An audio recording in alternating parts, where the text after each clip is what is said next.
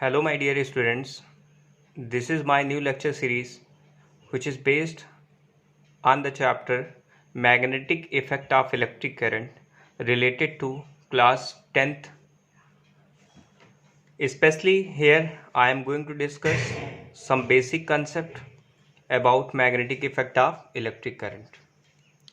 So again, I want to say that please subscribe my YouTube channel and also press the bell icon of our channel so that you get the proper notification through my channel. So students, here firstly we will understand the basic concept of magnetic effect.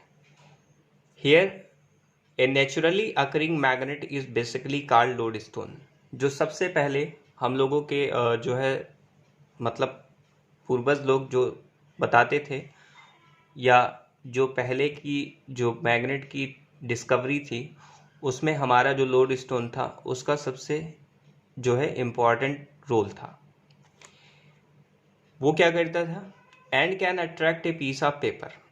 Even वो piece of paper को क्या करता था? Attract कर लेता था। अब ये लोड स्टोन होता क्या है? तो lodestone an oxide of iron called magnetite. जो हमारा लोड स्टोन है वो क्या है? ऑक्साइड है, ठीक है। और मैग्नेटाइट इसको कहते हैं। और किसका ऑक्साइड होता है? आयरन का ऑक्साइड होता है। और मैग्नेटाइट का फार्मूला क्या होता है? Fe3O4 होता है। This type of naturally occurring magnet is called neutral magnet, ठीक है, sorry natural magnet. This type of naturally occurring magnet is called natural magnet. तो इस लोड स्टोन को हम किसको? लोड स्टोन को हम क्या बोलते हैं? नेचुरल मैग्नेट बोलते हैं। Clear?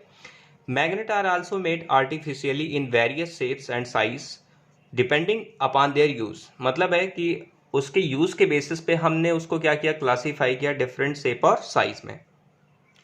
Magnet are also made artificially in various shape and sizes. Magnet को हम आर्टिफिशियली भी बना सकते हैं, डिफरेंट शेप और डिफरेंट साइज भी उसका दे सकते हैं।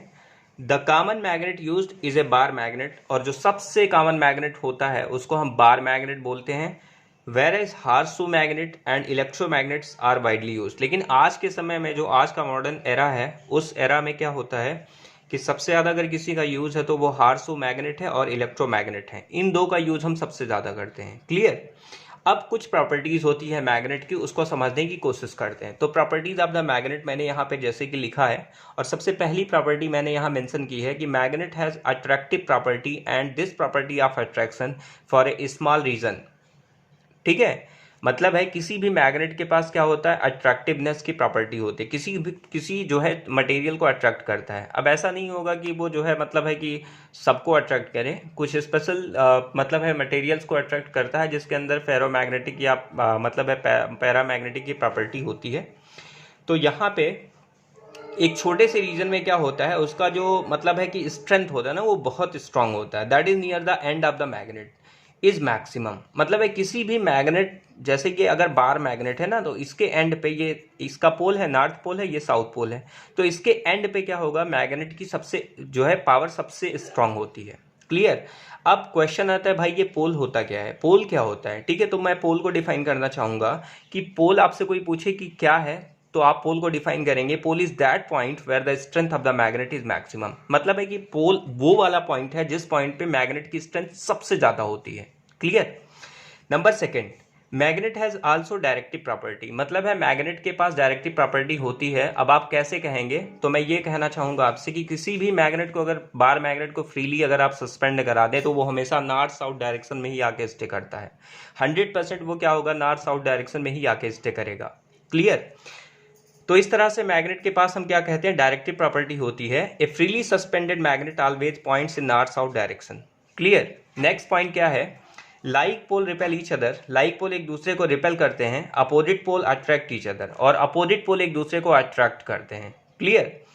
Number 4, repulsion is the sure test of magnetism. मतलब है दुनिया में अगर किसी मैग्नेटिज्म का कोई भी अगर श्योर टेस्ट है ना तो वो रिपल्सन है। कभी भी आप अट्रैक्शन वाले टेस्ट को कभी भी उसकी जो है मतलब है कि ये मत समझिएगा कि वो उसका टेस्ट है। तो किसी भी मैग्नेट की जो रिपल्सन होती है ना वो सबसे उसका मतलब है कि इंपॉर्टेंट फैक्ट होता है कि वो एक्चुअली मैग्नेट है या नहीं है, तो उसमें रिपल्सन सबसे ज़्यादा रोल प्ले करता है।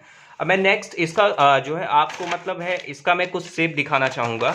इस शेप को मैं समझने की कोशिश करेंगे हम लोग, ठीक है। जैसे आर्टिफिशियल मैग्नेट है तो इसमें बार मैग्नेट है, बार मैग्नेट का ये शेप होता है। मैग्नेटिक निडल है तो मैग्नेटिक निडल का ये शेप होता है। आपके सामने मैंने बना रखा है, ये इसका नॉर्थ, ये इसका साउथ। हार्सू मैग्नेट है तो हार्सू मैग्नेट आपको ये दिख रहा होगा कि हार्सू मैग्नेट कुछ इस तरह से होता है, ठीक है, अंदर नॉर्थ बाहर साउथ, ठीक है। और यहाँ मैग्नेटिक कंपास है तो मैग्नेटिक कंपास में ये नॉर्थ और ये साउथ है, ठीक है। और मतलब बटन मैग्नेट भी होता है, एक ऐसे बटन शेप होता है, तो आपने देखा होगा जो स्पीकर्स होते हैं उनके पीछे लगा होता है, ठीक है। बटन में अंदर नॉर्थ होता है, बाहर साउथ होता है, तो इसका मतलब है नॉर्थ साउथ मैग्नेट होता है। क्लियर, बात समझ में आ गई। तो इसी तरह से हमारा ये बार मैग्नेट है जिसमें नॉर्थ और साउथ के बीच की डिस्टेंस क्या है, 12 है। और इस एक्सिस को जो नॉर्थ साउथ एक्सिस है इसको मैग्नेटिक एक्सिस बोलते हैं, और इसको हम इक्वेटर बोलते हैं, इसको मैग्नेटिक इक्वेटर बोलते हैं। क्लियर, यहाँ पे इसकी जो इफेक्टिव लेंथ होती है, किसी भी मैग्नेट की जो पोल होता है ना वो थोड़ा सा अंदर होता है, ठीक है। मैं बताऊंगा कि क्यों होता है। तो पोल अंदर होने के कारण इसकी जो लेंथ होती है उसको हम इफेक्टिव लेंथ बोलते हैं। तो effective length of the magnet 12 होती है। अब यहाँ पे मेथड ऑफ मैग्नेटाइजेशन मैंने लिखा है कि किस मेथड से हम मैग्नेटाइज कर सकते हैं। Single touch method, double touch method, divide double touch method, electrical method. And method of demagnetization क्या होता है, यहाँ पे first electrical method, heating method, rough handling, by induction, ठीक है। तो ये कुछ मेथड है जिससे हम क्या कर सकते हैं, मैग्नेटाइज कर सकते हैं और उसमें डीमैग्नेटाइजेशन कर सकते हैं। मतलब किसी भी मैग्नेट को हम जो है मतलब है उसके अंदर प्रॉपर्टी होल्ड करा सकते हैं, किसी के अंदर नहीं होल्ड करा सकते, तो वो दोनों इसके मेथड है।